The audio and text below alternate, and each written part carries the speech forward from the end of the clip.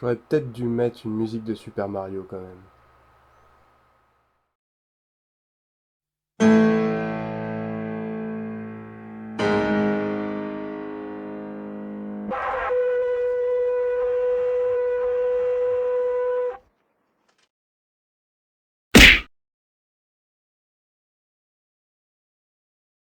Loin d'une somme de nostalgie mielleuse compilée par un collectif de grabataires à l'urine facile, Les Amours jaunes, publié en 1873 à Paris chez Gladifrères éditeurs, en vérité une de ces librairies qui étaient alors à l'édition ce que sont aujourd'hui des sites fleurant bon le sérieux et l'intégrité comme les éditions Baudelaire, Percé et j'en passe, c'est-à-dire un gouffre financier pour auteurs orphelins sous prétexte d'auto-édition. Les Amours jaunes, donc, sont un recueil écrit par Tristan Corbière. Un recueil pince sans rire, grinçant, doucement désespéré, brillant l'air de rien, dont l'audace encore nécessaire, voire salvatrice, est d'y laisser s'accoupler le rire sur l'autel de la poésie. Avec à peu près n'importe quoi. Mais qui est-ce que donc, Tristan Corbière?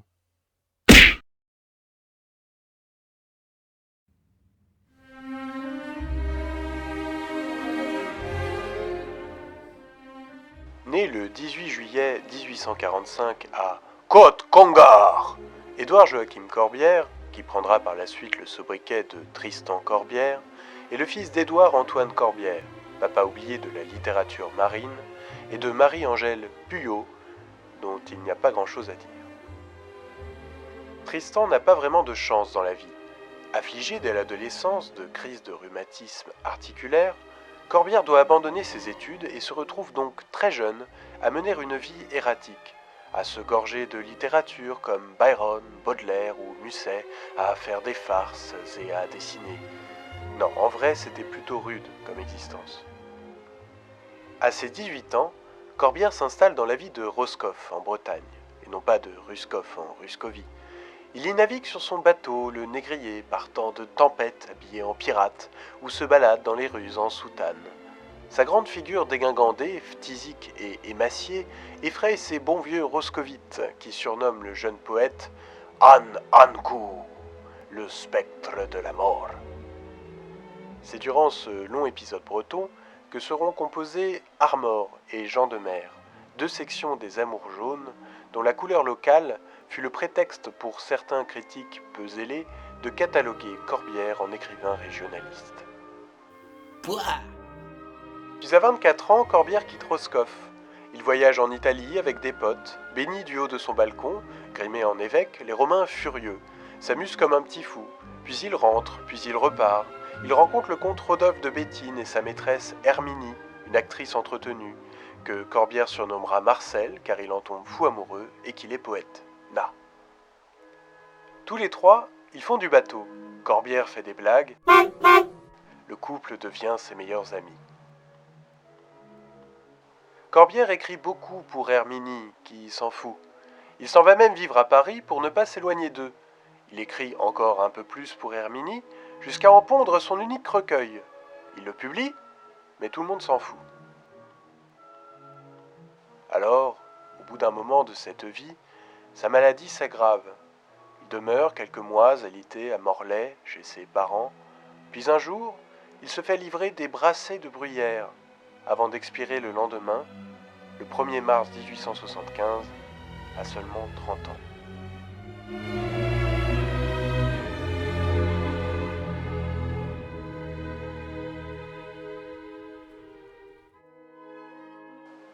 La reconnaissance sera tardive car ce n'est qu'une petite dizaine d'années plus tard, en 1884, que Paul Verlaine, le fameux, rendra l'œuvre de Corbière à la lumière et à la postérité dans son essai Les poètes maudits.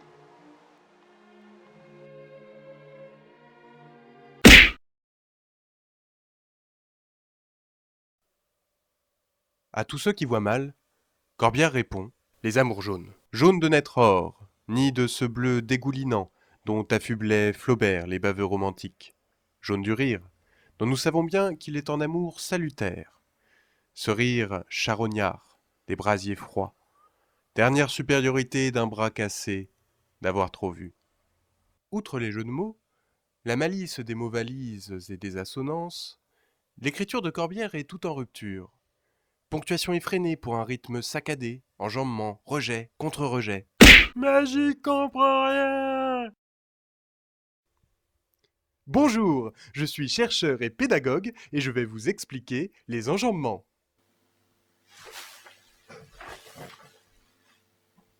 Pour faire simple, dans un poème, l'enjambement est le rejet au vers suivant d'un ou plusieurs groupes de mots nécessaires au sens.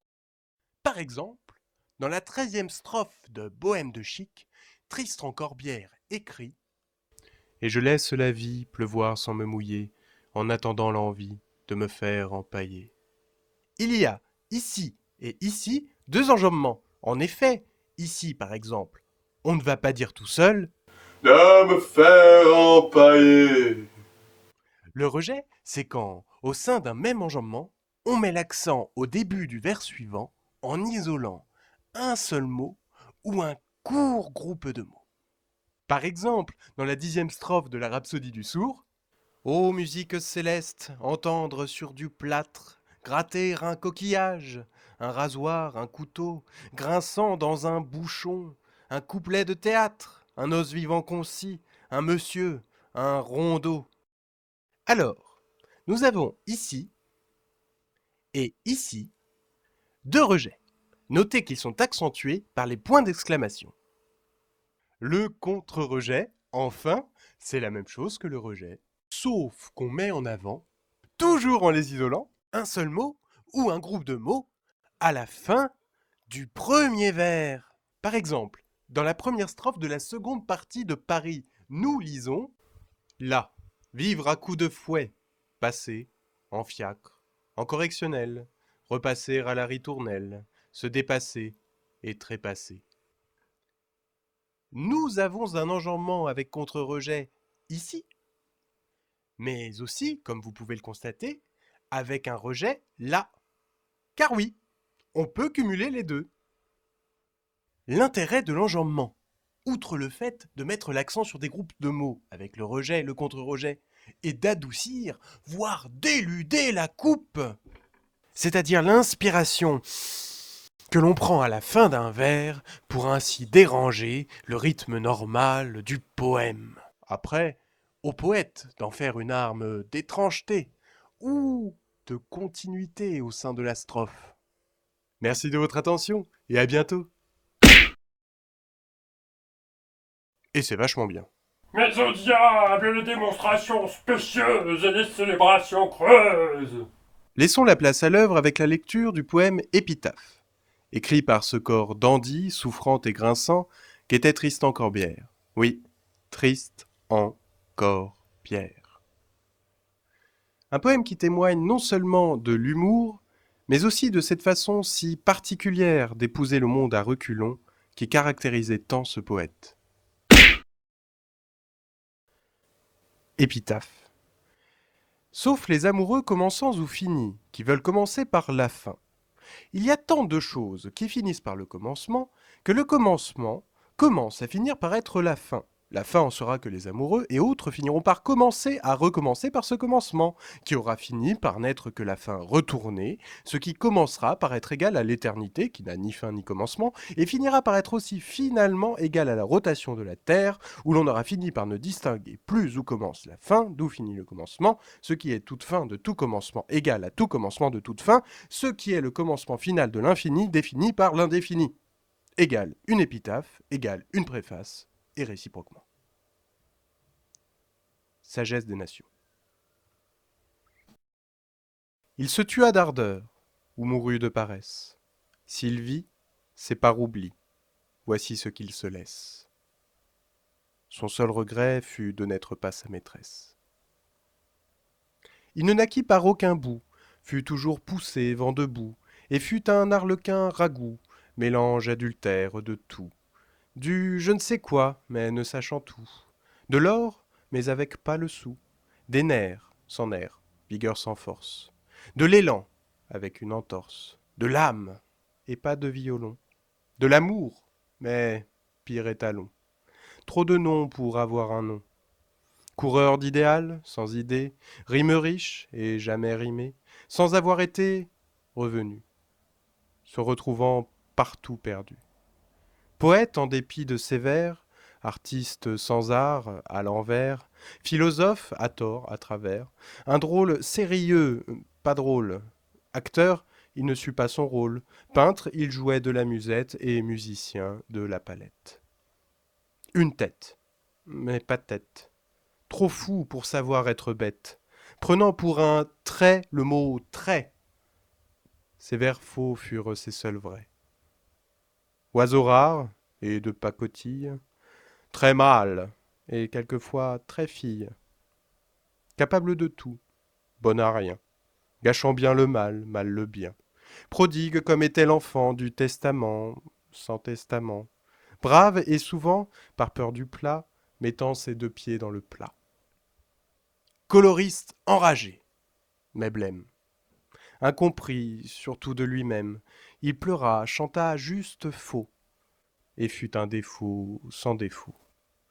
Ne fut quelqu'un ni quelque chose, son naturel était la pose. Pas poseur, posant pour l'unique, trop naïf étant trop cynique, ne croyant à rien, croyant tout, son goût était dans le dégoût. Trop cru, parce qu'il fut trop cuit, ressemblant à rien moins qu'à lui, il s'amusa de son ennui, jusqu'à s'en réveiller la nuit.